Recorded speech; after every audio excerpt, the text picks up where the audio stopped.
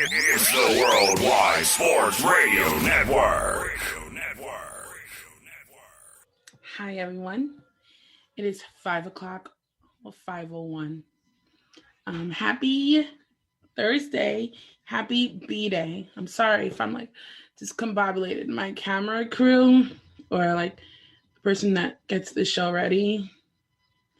Let's not even talk about what happened today. Anywho, I need to move back because you got to see the whole because I don't go out for like working from home. I work from home. So honestly, this is kind of like the only time that I get ready. So make sure everything blends in and the lighting is making me look a little different. Anywho, hi all, welcome to the B Show. If you could tell, I'm a little bit more vibrant, a little bit compared to last week, but last week was a very important show for mental health, and I'm very, very appreciative of my guests. And this week, I'm hitting some hard topics again, and I'm letting you know right now, if you don't like what we're going to discuss, there's the door. You can go. Okay? Got it. So let's do a little recap of my week. Let's see. I am currently waiting to get knee injections. I have not been able to. I feel like with this shirt now, you can really tell if I'm sitting bad posture or not, right? Sit right, girl. Sit right. Anyhow, so like I was saying, yes. So I'm having some problems with my knee, so I'm just waiting for knee injections. But at this point, I just want to work out. My birthday is coming up soon. I'm trying to lose some pounds so I can look, but my knee injection, like the pain management doctor, they're not helping me live my best life. This week has been really warm. I decided to go out 2 days ago and sit outside and read a book and drink a little gin and tonic, which is one of my favorite drinks. That was very relaxing. It is hot as balls again today, but I think it's just the apartment. I bet if I go outside, it's not as hot as I feel right now. And that's really about it. I've been really taking some time to myself. As you may know, I gave up using my phone after 8 for Lent, but I've kind of also dwindled down with camera crew guy. My phone. I kind of dwindled down with also posting and using my phone or things in between. And that's just fix this here. There we go. And that's been good as well. So I kind of think that once Lent is done, I may, instead of 8 o'clock, I may extend it to 9 o'clock and kind of do this thing that I'm thinking called photo dump, where I'm just gonna like gather photos instead of posting daily or weekly of special things that I want to share, like 10 photos in a row. I think that will give me more clarity of what's important to post, what's not. So in case you're wondering why I may not be on social media as well, that is the reason. I love the memes, and I love celebrity news, and I like to see what's happening with my friends and all, but everything else, I'm not gonna lie, I don't know. This 40 days of Lent has really made me realize that I love social media for celebrity news and memes and anything Bravo. Like I watch almost every show on Bravo, so those are my things. Just in case you cared, just wanted to share. So let's fast forward to what we're talking about today on the B Show. Do you see my headband? Because I feel like I need you to see. And I got a bump. Ew. Okay. Let me move back. Is that better? Because I really want you to see this. See? Yeah. Okay. Get over yourself, girl. Today, we have not only my family member, and we found out we were related when we went to family reunion. I just thought he was like my cousin's neighbor, and I met him and I just loved him. And then went to family reunion. I'm like, wait, why are you here? And he's like, oh my God, we're actually like they broke down. You know, like when people are like, oh, you're my cousin from no, like we're legit blood. So that made us even happier. So he's gonna be on our show today. His name is Jacques Etienne, spelled fancy, like the French way, you know, not like Jack from This Is Us, like Jacques. And he's going to be on our show, and he and I are going to have a real personal conversation about not being gay, but coming out, his experience. And I've seen him from when he started to where he is now, and I'll let him share his journey. But it is so good. And I just felt, to wrap up with mental health, like what if there are young men out there who want to come out and unfortunately feel like they cannot. And I don't know if anyone's watching who is in that situation right now.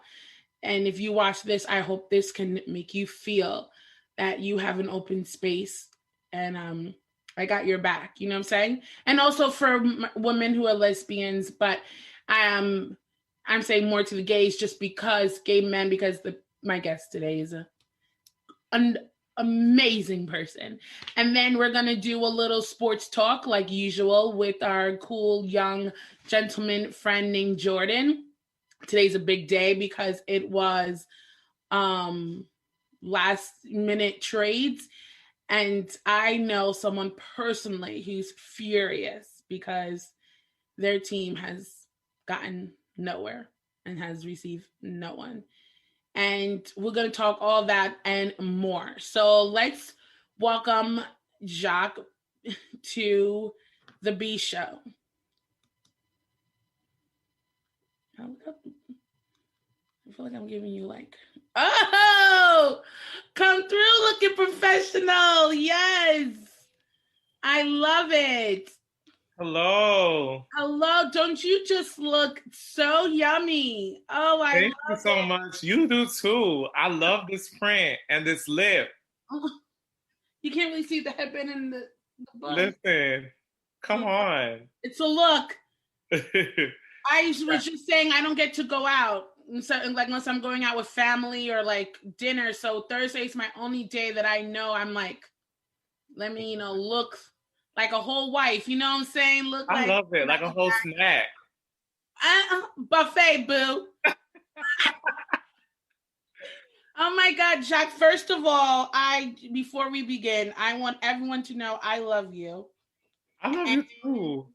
You have moved, and honestly, I don't know if you know this, but the day that you told me you were going to move was probably one of the saddest days for me, because I felt like we had so much fun together. And when you told me you were moving, and I know it was to better yourself, it really, really made me sad. I just thought you should know that. No, and you know what, too, boo, is like, you are one of those people, like when you come into somebody's life, you don't do it. People remember you. I will remember that time we were in my sister's room in my family's house, and you had me. I don't know if Pascal was there. You had me, my sister, and Pascal cracking up, talk about breaking dishes, mazel tov. Oh yes, my mama. Yes. I think we were just talking like how crazy Haitians are, and I was like, nah, I'm gonna beat you guys because my mom is off the chart, the craziest. Breaking dishes. Yeah, literally breaking dishes. And it was my sister. She was my mom. Oh, all right. My mom was upset that we didn't wash dishes, and she was like, oh, so y'all ain't gonna wash dishes? I'll break them all. And my sister was like, mazel tov, mazel tov, bitches. And then she said to my mom, like, yo, you just broke all these dishes, but who's going to go out and buy more? Not me and Debbie. So who's the loser here? And my mom was just so upset. Oh, you're frozen. But it's not a bad frozen. It's like a good look. Like if you were going on a dating website, this wouldn't be a bad look. And you want to know how shady I am? I'm going to take a photo. Is this better? Oh, you were frozen, man. I was going to take a photo. Oh, see, that one's not good. Oh gosh. You were frozen, and it was actually like a good look. And I was gonna take a photo and let you know that's the photo you should put on your dating website. Oh, well, I'm leaving the dating alone. Is it better that my connection better? Yeah, your connection is better. You see, everything is not better in Atlanta, people. Don't be fooled with you. No. I live in the ghetto, and Xfinity just keeps playing with me. Oh, They're no. waiting to gentrify the neighborhood, and they're gonna improve the. Okay, I got it. Okay, so for those who may not know, can you please let everyone know who you are? So my name is Jacques. I am a first generation Haitian American. I am a teacher. I am a brother, a son. I am so many things. I don't even know why, and not to cut you off, but all I heard was Buffy the Vampire Slayer theme song. I am the sun. I am the moon. Yeah, I'm a lot of different things, but I think that's just what it is to be a millennial, right? We're just a little bit of everything. We have all these different roles that we're playing, all these different things that we're doing, and but it took me a while to figure out who I was, because I think growing up sometimes in that kind of Haitian household, like you are told to be all these things, and I think most importantly, you're taught to be a people pleaser. Yeah. And now I think at 33 years old, I'm learning to break out of that.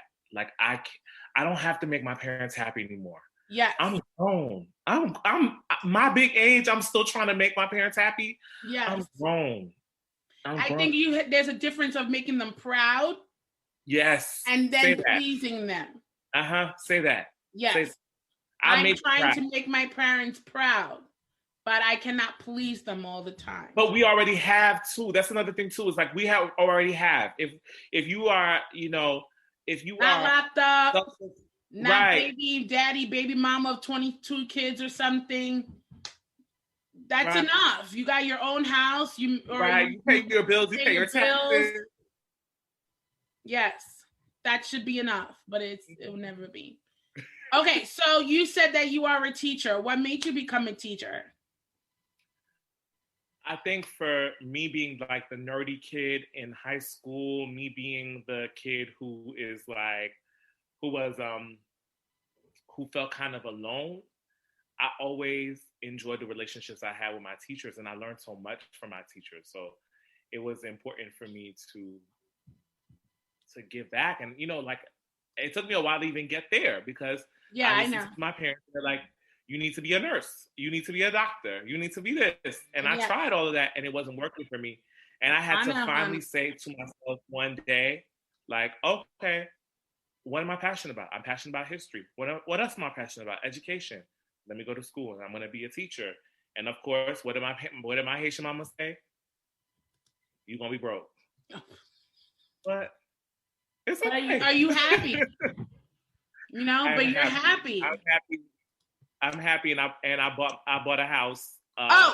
Say it. 2019. And I bet they were very happy then. They still be shady. They still be shady. It doesn't matter. You made them proud. Know that. Exactly. Okay. Definitely. So I know a little bit more personal things than others may know, as we said before. And this conversation, I want today to be real. I want it to be like that's what the B Show stands for. It's be yourself, be you, do you, for you. And I want to make sure anything we discuss that you are not comfortable with, you just be like, girl, I plead the fifth. Or you just, Kenya Moore me, gone with the wind, okay? But I don't think I'm going to. Okay, so first thing is I don't know if I am the first person that you came out to. I mean, I remember when you did, and I was just like, okay. But when you sat down and told me like what happened when you told your parents, that broke my heart. If you don't mind to share, how old were you when you told your mom and dad? So the thing is, I never told them. They found out. Oh. So they found out via Facebook. This was back in 2000. this was back in 2010. They found out via Facebook some crusty, dusty somebody. I don't know who it was, but just a friend of mine, like my good Judy, he wrote on my Facebook wall. He was like, "I love you and I miss you," because he was studying abroad in Paris. Yeah, like my but that's first, not bad. I love you good and I friend, miss like my you. first, Yeah. right. Somebody saw that, told my parents that I had a boyfriend. Like, you know how Haitians jump to conclusions? Yeah. Jumped to conclusions, said that I had a boyfriend, and then it was like, "You're gay, so what's going on? You can't, if you're gay, you can't live in this house." And I was at first I was told that I had a month to leave the house, like, you know, very much eviction. Yeah. But then it became like you have 10 days. And you know, the thing, Deb, is like I don't even remember telling you because I was so lost at that point. Yeah. Like I was such in a shock. Of Like I remember course. coming to your house and I remember being outside because it was summertime, but I don't remember any details. Like that whole time period up until the time where I was able to figure out what my next steps were going to be, and I was able to get housing at Queens College. Up until those, Yeah, I remember that. Yeah, up until that moment, I didn't know what the heck. I didn't know my up from down. You know, I was, you know, like Katy Perry said, the plastic bag in the wind.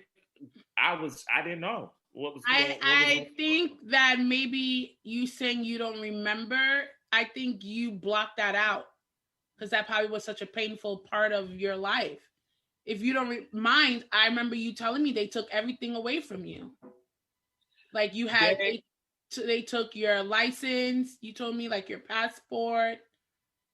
Well, what my mom came into my room and she basically was like, "Here's your passport. Here's your birth certificate. Here's your social security card." And it was just like, that was her moment of just basically being like, this is all of the stuff that I have for you. Like, bye. And it was just one of those moments that it really solidified it. I remember it etched out in my mind. I was like, wow, like this is done. You know what I'm saying? Like it really made it clear to me. Like I was like, oh, okay, this chapter is closed. Like they want nothing to do with me. Now, if they weren't told, do you think you would have ever came out to them eventually? No, I probably would have waited until I was away from them. Wow. Yeah. So in a way, it was like kind of a blessing in disguise because you got to start living your truth. 10 years later, I can look at it and I can say it was a blessing in disguise. But at the same time, like nobody should have to go through that. Yeah. I think I was watching Dwayne Wade talk about his daughter Isaiah, and they were watching the show Pose together, and there was like a scene where a boy gets kicked out because of his sexuality, and Zaya was watching it with her father, and she's like, she couldn't believe that because her parents are so supportive. Correct. So I'm like, what would have? I also wonder, like, what would it have been, or what would have looked like if my parents were supportive from jump? Because then I also think times are different. Yeah, I want to give them a little credit. I think if it was now, it would have been like, oh, okay. Back then, it was very like rude, like a rude, not rude, but a shake for them to be like, what do you mean? And then Haitians feel like they have to answer to people. Yeah. We're frozen. Yeah. You know? So for them to have to be like, now what are we gonna tell people? Yeah. Like, okay, I don't know what you're gonna tell people, but this is who I am. Yeah. And I think what's interesting about that is times have changed, but my mom hasn't changed. Like I still was dealing with some rude stuff from my mother this past June. I mean, this past the big at the top of the year. So my father has changed a lot, but my mom hasn't. So I say that all to say is like we have to do a lot of work within our community to really make people realize like stop throwing away your kids because they had a lot of wedlock because they're gay. And this a doesn't lot of happen damage. only in the Black community. Like this happens in with white people, especially Catholic. So combined being Black and Catholic, combined being white and Catholic, but specifically Black men were kind of raised differently than white men, I want to say. So it's like they hear, the father hears their son is gay. It's like everything they think of is like taken away, but I'm still the same person. Yeah. You know? Yeah. Like I know I watched a movie and it was a boy who was gay and his parents sent him away to like those conforms where they did horrible things and tried to take the gay away. And it wasn't until he called his mom crying, and his mom came to the school and was told like, oh, you can't see him until it's been 60 days. And she's like, what? And like looked in the window and saw them putting a child in the water and like kind of drowning him. And they were like, no, we're taking the gay away. And it's like, you want your child to go through that? Yeah. I'm so thankful you didn't.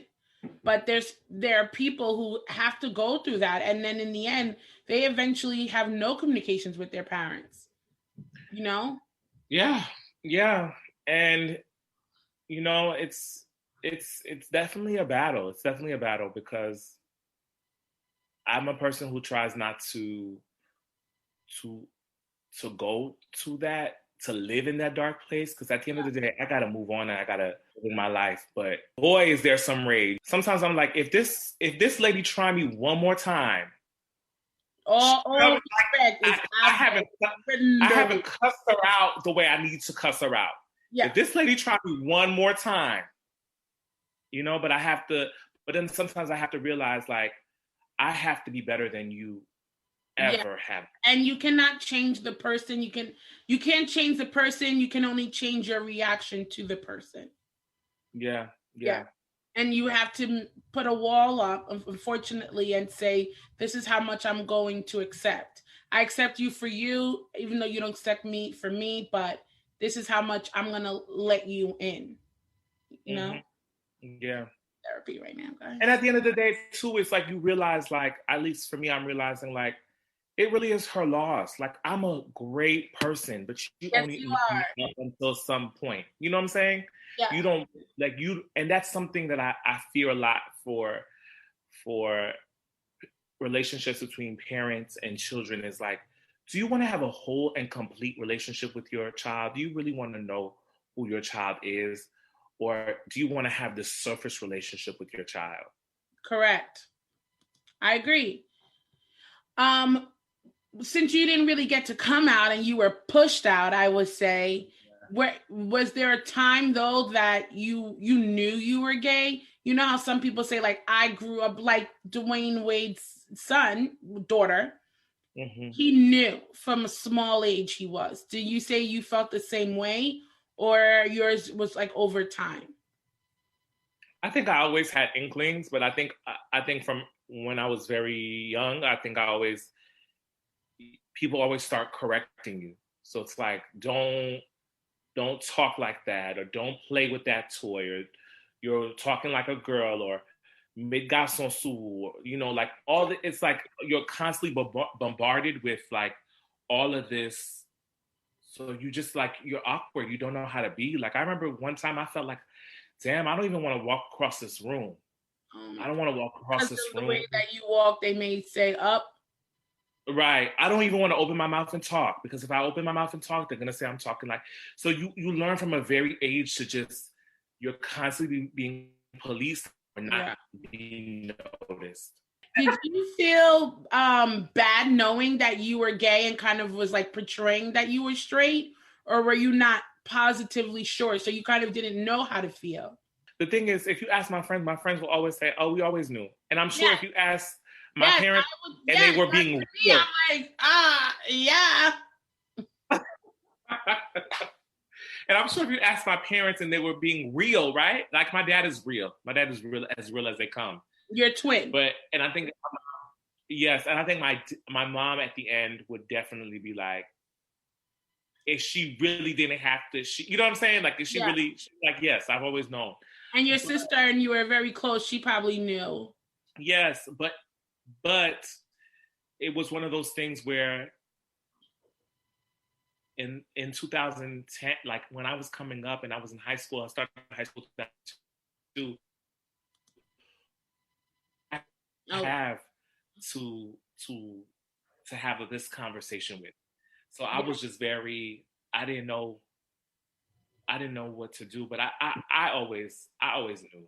I think I have a really early memory of when I was like 4 years old and I tried to you know how little kids are. I think I tried to go and like hug or kiss a little boy and I got yelled at, and I don't remember all the details, but it's, you know what I'm saying, like, you know, you ever have a memory from like 4 or 3 years old and you be like, I don't know how I remember this. Yes I do. But when you hugged him, did you feel a certain way, like, oh, should I be feeling this way about a boy, or were you like, this is fine?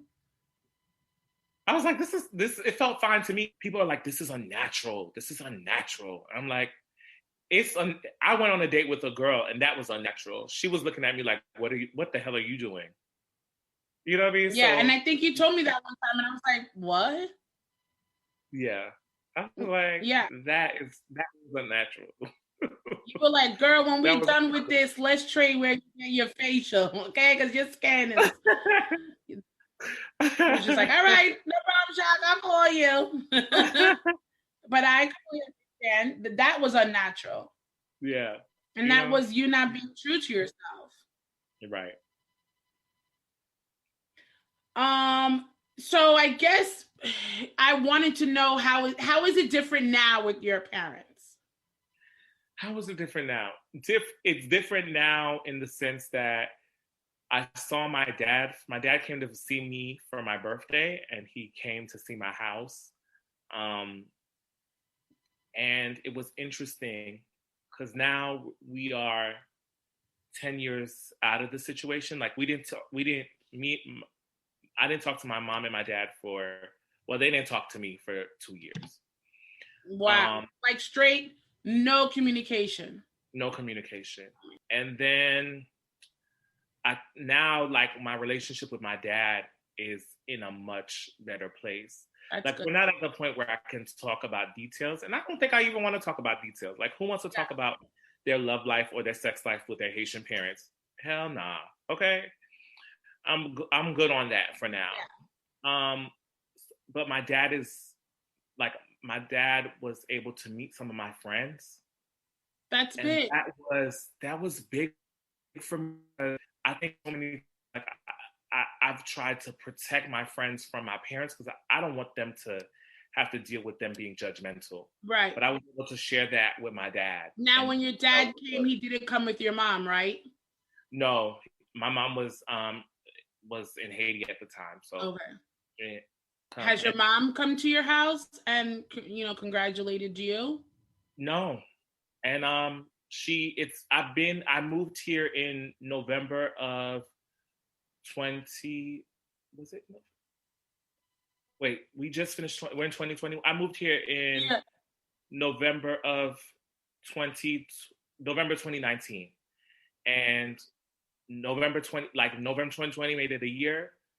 She still hasn't come, and at this point, the last thing she said to me was like, "Can I curse on here?" Yeah. She was like, "I don't want to come to your house, and I don't want to see no gay shit," or something like that. Oh, so at that point, and that is why you say you want to acting like I'm cool on it. Yeah. What'd you say? That's why you wait. But even in that moment, she could have deserved that good curse out then. But Deb, like, I'm so respectful. Yeah, I know that if I curse from cursing out a Haitian mother, because the rage that will come out, there will be breaking of some dishes, and it won't be a mazel tov. Right. They will be breaking up dishes, and the next time I see her will be in her funeral. Like, I know that's how spiteful she is. Yeah. And So for that's you the fact and her, this is the best that you guys can do to respect for your dad and your sister. And it's hard because it's like, I'm the child, but I have to. Yeah. I can't. But in the Haitian household, remember, you will always be the child. You're always a child, but sometimes you don't like to be the child, but to be the more mature one. Yeah. Sometimes you like, I want to be reckless. Oh God, I want to be reckless. Yeah. But for yourself, you'll feel good for that moment, but that's it. Yeah. Yeah. You know, and it will unfortunately bring more harm. Yeah. So I go back to keep your wall, keep your distance, and accept her for her and the little glitter that she has. Yeah, because the thing is, like, she shows love. Like, she'll make my favorite Haitian dishes when I come home, and we'll have conversations on the phone, but it's surface. Right, right. And I'm like, I guess this is how it's going to be. With my father, we're able to go a little deeper. And that's good. At least you have that. Right? What would you say to someone who may be in the same situation that you are in, but that it's younger? What would you say to Jacques 10 years ago when he felt like will I ever get out of this darkness? I think I would just say, just stay focused on your goals and realize that your life will get better over time. Yeah. Your life will get better over time. Like, I think sometimes we can be in a rush for everything to get better, but I'm looking at myself now. When I was 22, it was a mess, and I was expected to have it all together. But now at 33, I'm like, yo, you still don't have it all together. It's coming together. It's coming together. It's making sense. The money is looking right. You know, I'm able to travel more. I'm able to let my hair down. You know. And I follow you on Instagram, and you are surrounded with people who are like you. So I think that makes it easier for you to be yourself. Oh God, I was trying not to cry. And to be accepted, because that's the biggest thing when you kind of have to hide yourself, right? You lose your identity of who are you and who do I truly want to be. And I think that's my next piece of work, Deb, is not people pleasing anymore, right? Like, that's where I'm like, yo, that's what I got to work on. That's what I'm working on in my therapy sessions. It's like, yo, do it for you. What do you want to do? What makes you happy? Yeah. What do you want to do next? It's about you now. Facts. It's all low key. It's always been about you, but you were made to believe that it wasn't. Do it, yeah. Be you, do you, for you. Yes. What would you say to someone who's confused about their sexuality? And now in the world that's okay if you don't, not to put a label on yourself, right? Yeah, I say there's nothing wrong with exploring. There's nothing wrong with exploring, and you don't have to answer to anyone. Of course, everything with consensually, of course, but there's nothing wrong with exploring. Yeah, and don't feel judged. What about you having parents who don't understand what you're going through?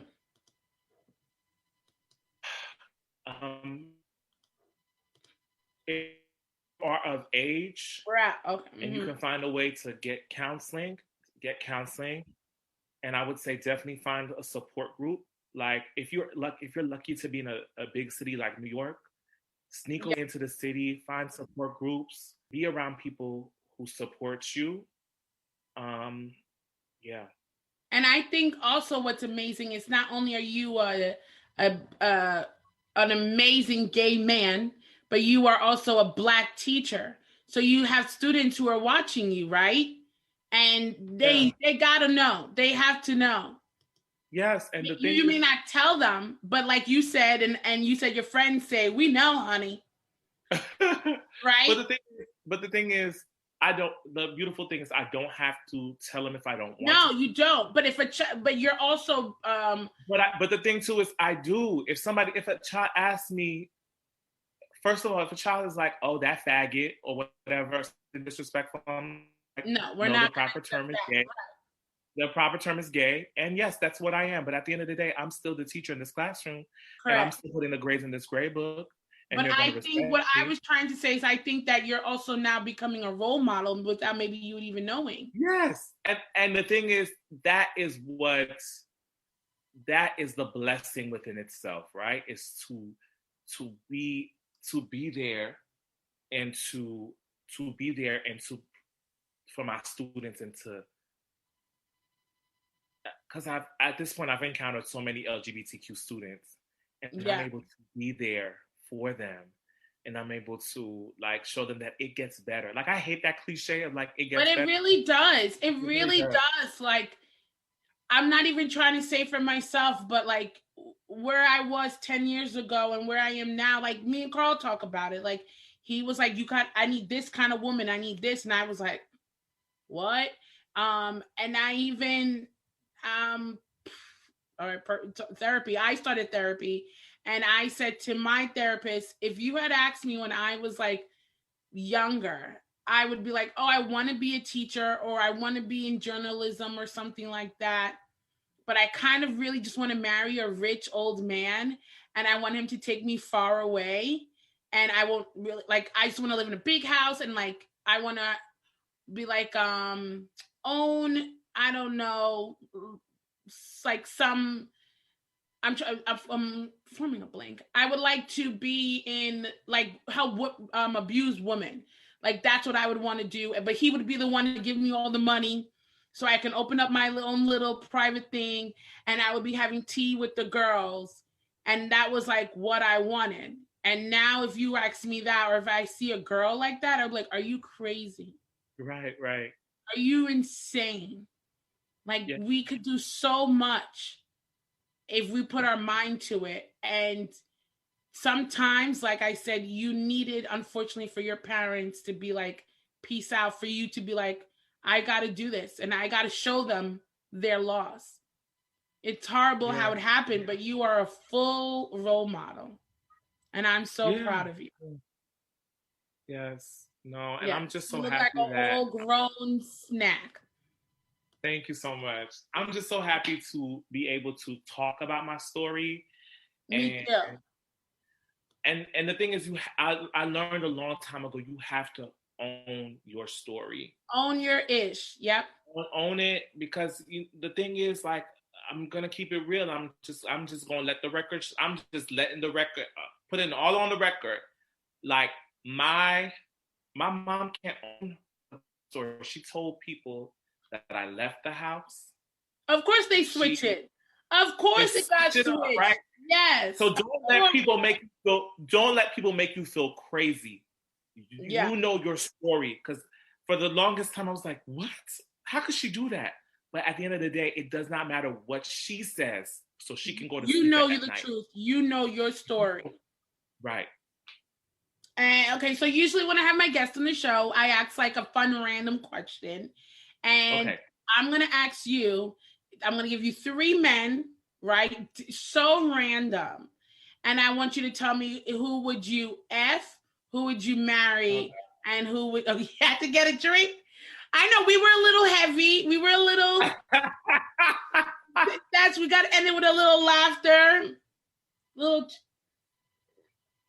Okay, listen. Ready? F, marry, kill. Okay. I'm giving you Denzel Washington, Michael B. Jordan, or Jamie Foxx. Okay. Who are we killing? What was the last one? Jamie Foxx. Because you know what what was the last name? Jamie Foxx. So we got Denzel Washington, Michael B. Jordan, and Jamie Foxx. And I threw in Foxx because you know there's a little Jordan. whisper about him. There's a little whisper about Jamie Foxx. Okay, give it to me. Who are we killing? Okay, so I'm killing Jamie Foxx. Obviously. I am marrying Denzel because the money is long. The money is long with Denzel, so I'm marrying Denzel. And you could get a 2-for-1 with his son. Effing Michael B. Jordan. I mean, obviously, all those answers that I agree with. I would marry Denzel and then maybe cheat on his son. Right. Just like, but wait till he's on the deathbed. Like, do you watch Salt Lake City? Real Housewives? No, I haven't watched Real Housewives. Okay, just like Mary, right? She had to marry her grandpa. I would say Denzel said at the last minute, in order to stay in the family, I gotta marry his son. I'm just keeping it real. Right? Oh, Lord. Well, I'm glad that I got everyone to see your beautiful smile. See, that's the look that I was saying for your dating. Before we go, you said dating is just not working out. Is that because of the pandemic, or it's just not, it's changed? I think for me, it's like I spent so much time in my 20s, like, looking. Yeah. Right? And every time I look, I'm really at that point right now where, like, with my spirituality, where I'm just like, whatever I want and need is just gonna come find me. Agree. Like, and that's what I think. Until then, I'm just gonna travel. Yeah, I agree. I wholeheartedly agree. I'm just gonna travel. I'm gonna eat good. I'm going to laugh with my friends. I'm gonna have a good time, and whoever wants to be with me will find me. Exactly. On my Maybe the problem is your connection is so bad, so when you be doing your Zooms, they be like, that could possibly be it. That could possibly be it. Xfinity is out here messing up my love life. Exactly. With this and cheap another thing Wi-Fi. Atlanta, y'all open all the way. Nobody really trying to come to Atlanta, okay? We scared. New Yorkers are scared of Atlanta and Miami right now. Y'all really doing the most. The most. I know y'all working out with no mask on. We was only shut down for 2 weeks. Okay, that's it. Your governor was like, "That's all. That's 2 weeks notice. We back in effect." Nah, honey. He's like, I can't pay everybody's unemployment. We are broke. We cannot pay everybody's unemployment. Open this thing back up. Oh no. I'll see you in Neverary, brother. Well, thank you so much for being on my show. I love you so much. And I want you to know that I'm so proud of you. If you ever need anyone to talk to, I'm here no matter day or time. Thank you so much. And thank you, Carl, for always being supportive. Shout out to Carl for just being just a good example of what it means to be a Black man, a cis heterosexual Black man who does not give an F about. No. And it's so funny, before we did this meeting, he saw that you were waiting in the room, and he tried to talk to you, but you weren't sitting on your couch. So I told him when we're done, we could FaceTime. Because like I said, we just love you so much. Every time you come, it's just a good time. No, always love. Always love. Yes. Ladies and gentlemen, this is Jacques. Not Jack. Jacques Etienne. Yes, thank you. Thank you. Oh, that was so good. If you need anyone to speak to regarding coming out, please feel free to speak to Jacques. He has such good experience, not good experience, but he can show you that sometimes the road may seem dark, but you will get to the light. Next up, we got a little bit lighter conversation with our friend Jordan Eugene, another Haitian. Today, say to my Zoes, it's Haitian Day, I guess, up here. Yeah, I really can't see mine too, right? Okay, so let's admit him in the room. This is my first time, even meeting him. Hopefully he doesn't disappoint on the B Show. Hi, Jordan. Thank you so much for waiting, and thank you for being on the B Show. Of course, I was looking forward to this all day, if I'm being honest. Oh, thank you so much. I feel so honored. I was texting Carl earlier today, and I was like, I can't wait. I'm excited. Well, I'm going to be 100% honest with you. You were on a show with Carl a couple of times. And one show, I was just like falling asleep to you talking. You were really boring. Yeah. And then there was another episode where we were talking about the coach saying something to the kids. Yeah, Coach McDermott. Plantation or something like plantation, that. Yeah. And you just wowed me. Thank you. And I was just like, maybe it was like that first show, you were just nervous. And, you know, Carl has a big mouth, and so people don't really get a chance to speak. But you were, I don't know how old you are. I was just like, who is this kid who speaks so well? I need him on my show. Thank you. I'm 21. And you look like 21 Savage at the same time. So. I get that a lot. I really do get that a lot. I'm a journalism major at Stony Brook. Oh, so, nice. Yeah.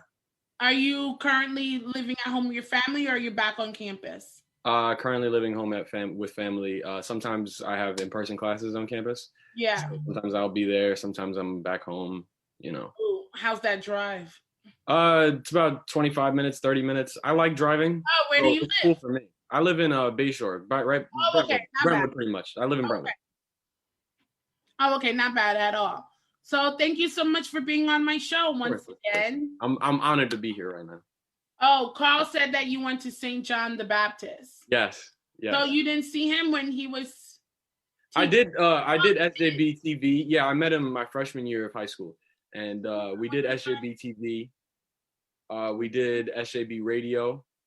And we did it for a couple years, and then I wanted to go with football. But football was going to take a lot of my time. So, like, as a kid, I always wanted to play football. So I decided to do that instead. Which, looking back on it, was probably a bad decision. But sometimes you have to do it just so you won't say you've never tried it. Yeah, absolutely. Never live with any regrets. So you went to SJB. Does Carl tell you how much I love that place? Sure, I guess. It's the best place ever, isn't it? It's amazing. So you graduated from there? Yep. Went to Suffolk 2 years, graduated from Suffolk, and then I transferred to Stony Brook. Okay, wait a minute. So you went to SJB where Carl used to teach. Yeah. And then you went to Suffolk where Carl currently teaches. Oh, no, a different campus. I went to Brentwood's campus. And in Brentwood, still. Yeah, Suffolk. Yeah, I guess the Suffolk connection. Graduated from Suffolk, and then now I've been at Stony Brook since fall 19. Probably going to graduate next fall or next spring. Congratulations, man. Thank you. Your parents must be proud. Of course. You know, I try to make them proud every day. I know you're Haitian, so they probably gave them some, they had to be like, what's up with the nose pierce, Jordan? Yeah. They weren't a fan of any of the piercings. Yeah, I can imagine. All right, let's get into some sports talk. Are you ready? I'm ready for this. Okay, just want to let you know, I know absolutely nothing, but I know everything. I got you. Okay. I understand what you mean. So today was the NBA trade deadline, correct? Yes. Thank you. Carl corrected me 100 times about that.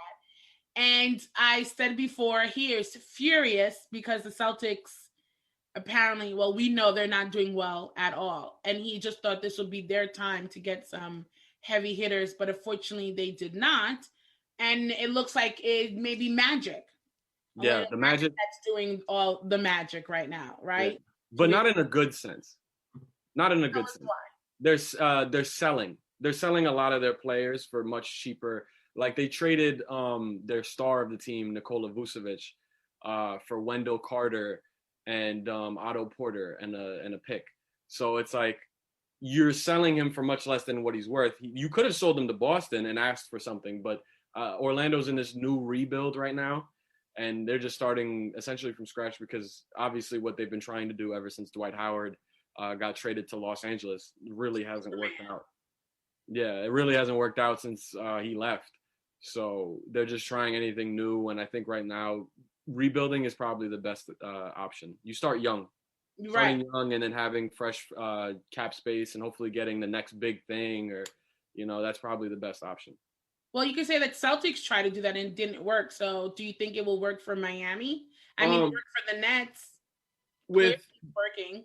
With Boston, I would say it did in a sense work because they did get all these picks from Brooklyn, and they flipped all these picks and everything that they acquired from the trade that sent Kevin Garnett, Paul Pierce, and Jason Terry to Brooklyn.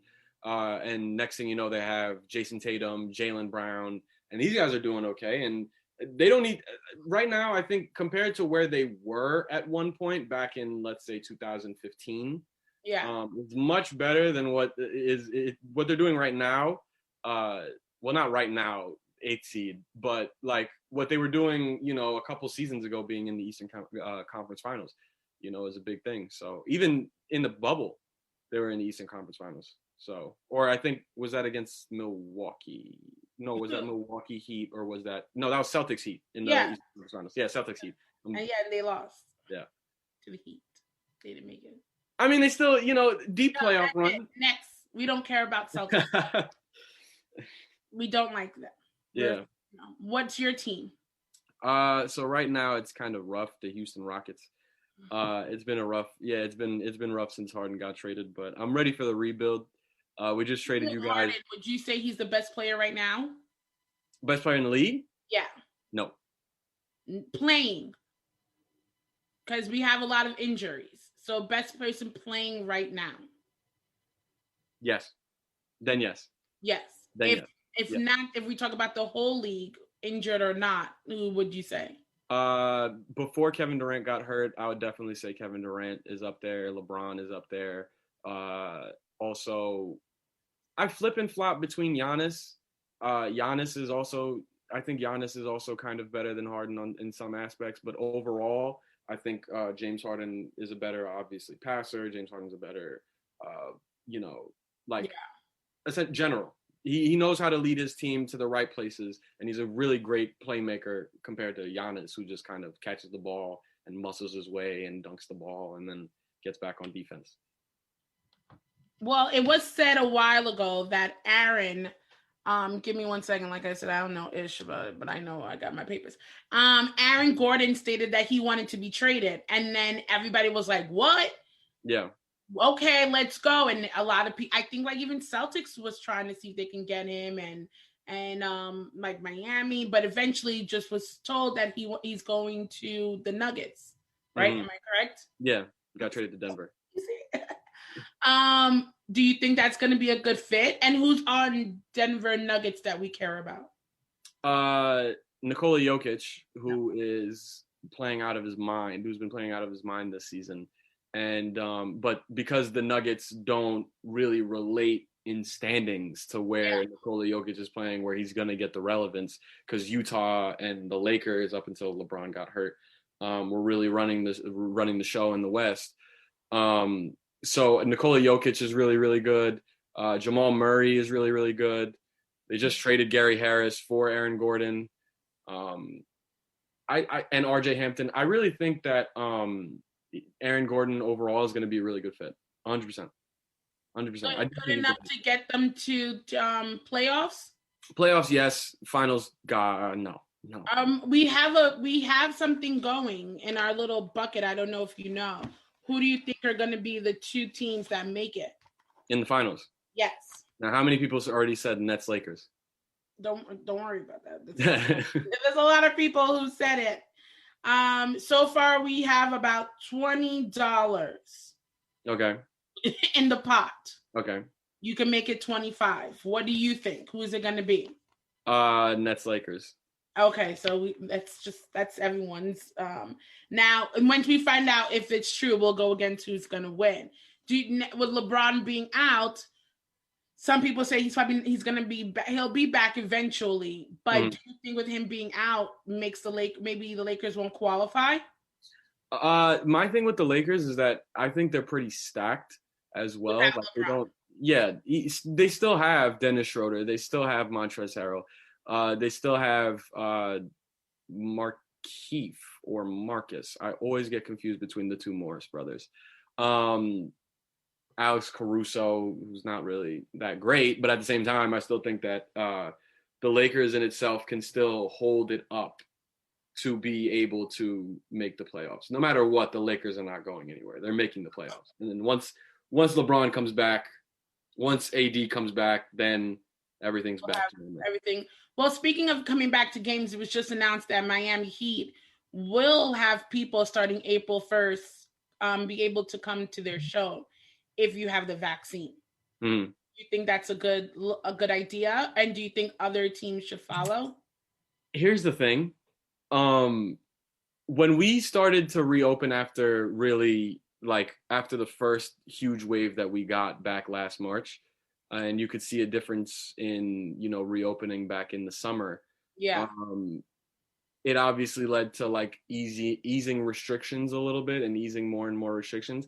I still think we should wait for a little bit more people to get vaccinated before we really start to just jump back into it. Because we did that and then cases rise this past winter. So it was like, I'm not really a big fan of rushing back into it, but if you are vaccinated, then yeah. But the thing with being vaccinated is with the card, that little like the vaccine. You got to walk around with your card, right? I don't know how easy it is to fake like you have a card. I'm going to get mine laminated when it's my time, right? And then just wear it around my neck like a necklace. Yeah. Because say you go somewhere to like a card and you're like, oh my God. And you're looking for it, yeah. Yeah, so you just look, okay, I'm going out, tuck it in. And I mean, I'm not really surprised that Miami's doing this because have we seen Miami lately? Oh, you seen Spring Break? Yes. Oh, brother. Oh, I was just saying to Jacques, like Miami and Atlanta, they're on their own planet, bro. Yeah. They're doing whatever they want. So I'm not really surprised that they're going to section off areas for vaccine people. But I do believe if the NBA, NFL, MLB, NHL, okay, all decide to do the same thing, this will help a lot of people get the vaccine. I believe. If you're a real sports fan and you really want to see these games, you're going to get it now. And maybe that's what they're doing. Like Krispy Kreme is like, if you get vaccinated, you get a donut. Miami Heat, if you get vaccinated, you get to come to a game. I do agree with you there. That sometimes it is a big motivation. It is definitely a big motivation for some people to be like, you know what, I really want to go to a Nets game. Right. Got Harden, Durant, and Kyrie. I want to see them live, and I really want a vaccine. Yeah. I do agree with you. I do. I mean, why wouldn't you agree with me? This is Women's History Month, and I saw that the other day that some players from the Spurs were wearing women's jerseys. And it made me think, like, first of all, how cool is that? Yeah. Second of all, why do we talk about NBA so much more than WNBA? Why do you think? Do you really want me to be honest? Yeah, 100%. Sexism.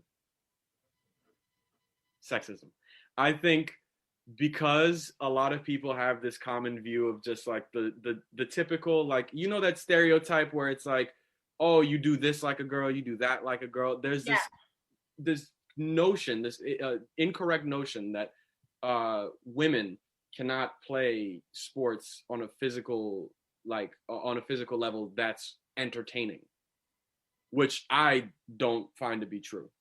I've watched WNBA games before. I'm actually a Las Vegas Aces fan. But I've watched WNBA games before. Softball, women's sports is very entertaining if people can get around to watch it. And because the NBA is mostly black men have this stereotypical, oh, they have to be athletic, or they probably play basketball, or they do this and they do that. And because he went between the legs and did this, I'm telling you, there are a lot of women's sports that are very entertaining. Like I remember it was Mississippi State college girls basketball. And like they were playing in the tournament years ago. And they're entertaining. Notre Dame was entertaining. And, a lot of players were, and a lot of players should be upset that this is the way that it is. And I think step one to fixing that is that you have to get rid of that narrative. that you do this like a girl, you do that like a girl. Girls, women cannot do anything physical. They can't do anything that like sports related that they can't ball out, they can't do this, they can't do that. I myself cannot guard Maya Moore. I cannot guard Della Don, okay? I cannot guard Brittany Griner. I cannot do that. I'm being very honest with you. For like NBA All-Star Weekend, they should mix up like the guys and the girls. Honestly, that is a good idea, because if you can have a platform like that where it's like, millions and millions of people are going to watch, and then you can show and prove people that are already watching that this is how they play and they actually are entertaining. Right. And they are worth the viewership and maybe getting the jerseys or whatever the case may be, then revenue will rise. And I think that's what they deserve, to be completely honest with you, because the complete difference and I understand the reasoning as to why the difference in salary made from women to men in the NBA. Yeah. And almost everywhere. Yeah. I'm 80% where a man can make 100. Mm-hmm. And it's disturbing. The wealth gap is disturbing. It really is disturbing. We've lived how many years, and we have like this pay gap between men and women. And I don't think that's fair. I think that men, at the end of the day, like if you have, Deb, if you have Mrs. Coulange, I should probably call you. No, you could call me by my name. Thank you.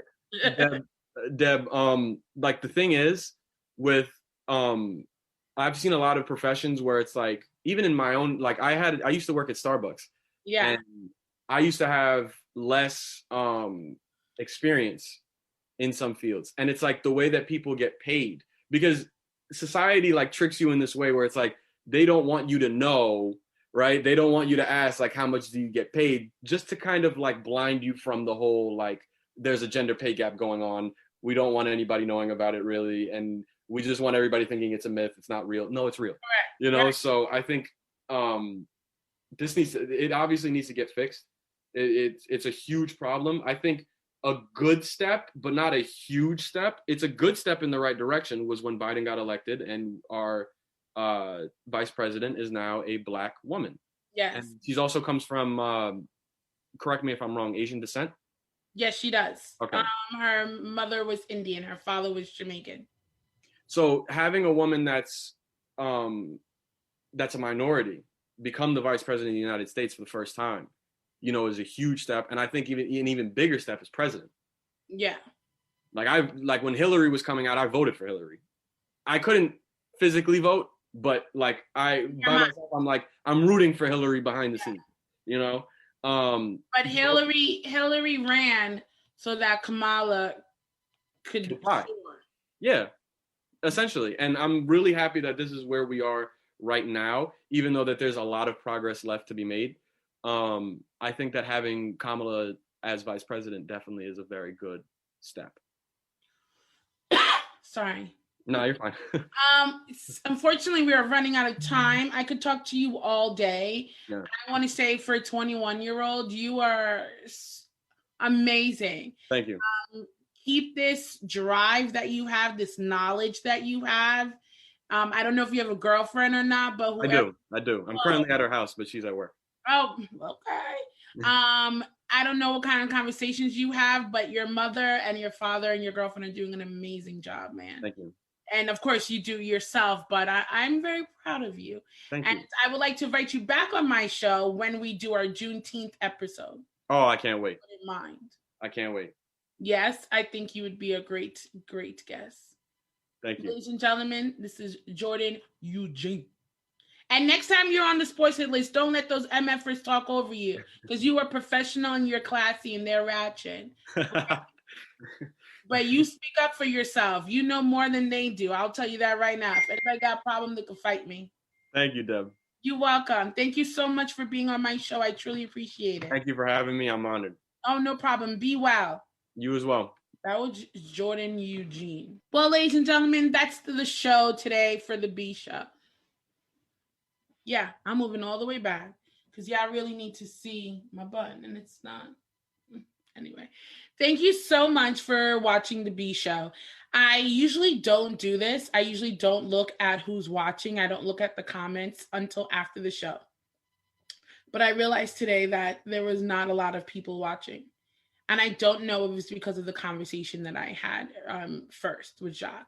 And if that is the case, I do not need you to watch my show ever again. The world that we live in, we need people to support us. This was a very, very touchy subject. And I'm so proud of Jacques for... I'm trying to come back in. I'm so proud of Jacques for giving me his time, using this platform to let us know what he went through and to educate others. If you or anyone else you know is suffering from not being able to be themselves, we need to stand up and help them. Imagine if you're a person who watches sports, if you were told you could not talk sports because nobody wants to hear it.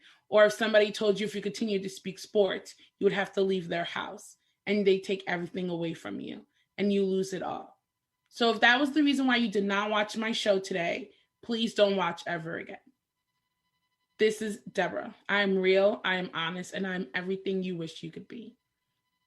And for the people who did watch, thank you so much. I really appreciate you. This is episode 207. And I'm so grateful for this opportunity and this platform. All I would like to do is speak real things that matter to me and that matter to others.